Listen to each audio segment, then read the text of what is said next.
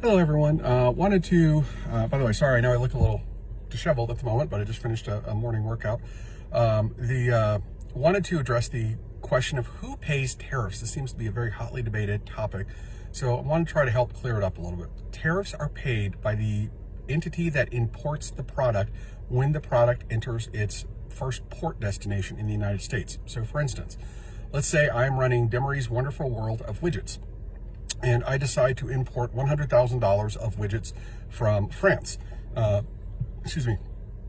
When they come to Jacksport to be offloaded, since we have currently a 20% tariff, I think it's 20% on the EU, since I bought $100,000 worth, I will then, as the importer, pay to the federal government, a $20,000 tariff fee. That $20,000 will not be paid by the French government, nor will it be paid by the French manufacturer who made them. It will not be paid by the shipping company. It will be paid by me because I am the one who imported it. So in this scenario, since I'm an American running an American business, the tax, so to speak, a tariff is absolutely a tax, is paid, in fact, by the American. So the way that I believe that Trump understands tariffs, and now at this point, what I've just stated, I used a hypothetical, obviously, but what I stated was fact. Let me now veer into opinion. In opinion, I believe Trump does not understand this. I think he looks at it as foreign countries will pay the tariff on behalf of do pay the tariff on behalf of the importer.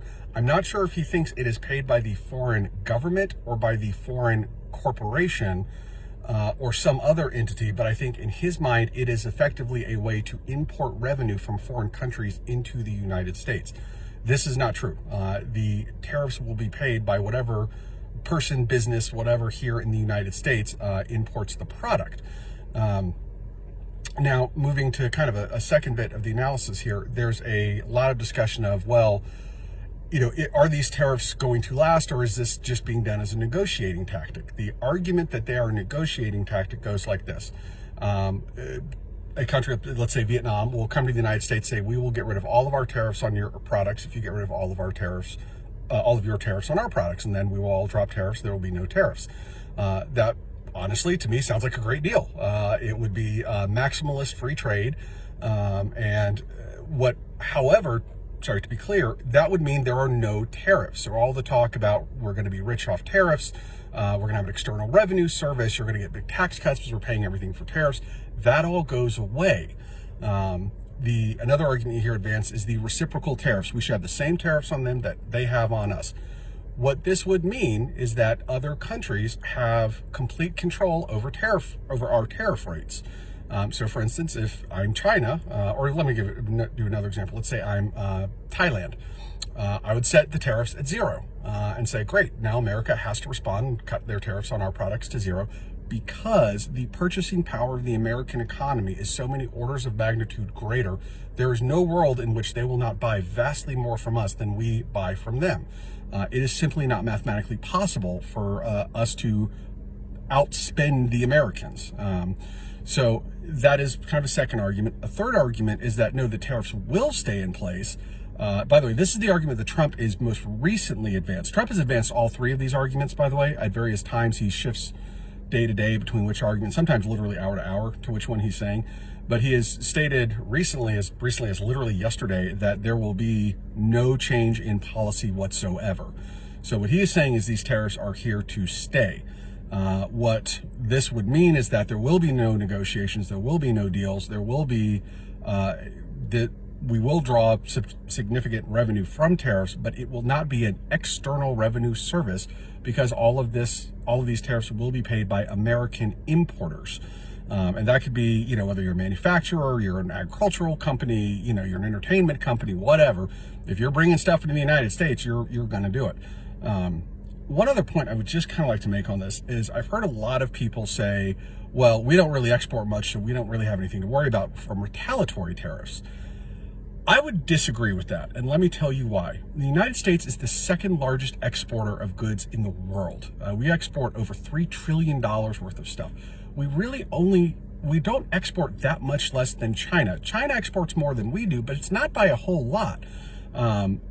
the reason our trade balances are so big is because we are by far and away the largest consumer market on earth.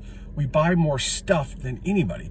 And so that's why we tend to have larger trade imbalances. And that ultimately has been quite beneficial for us, because as we've had these large trade imbalances, we've gotten wealthier and wealthier. Again, trade imbalances are a really bad metric, and I wish people would stop thinking they're as important as they are. But again, that's probably another topic. But to the point, can retaliatory tariffs hurt us when you're the second largest exporter in the world? Sure. Now, as a percentage of our economy, our exports really aren't that big of a deal. We are mostly a consumer-driven economy. We're not an export-led economy. So we can certainly take the pain. It is absolutely survivable for us. But there's a question of, just because we can take it, do we want to?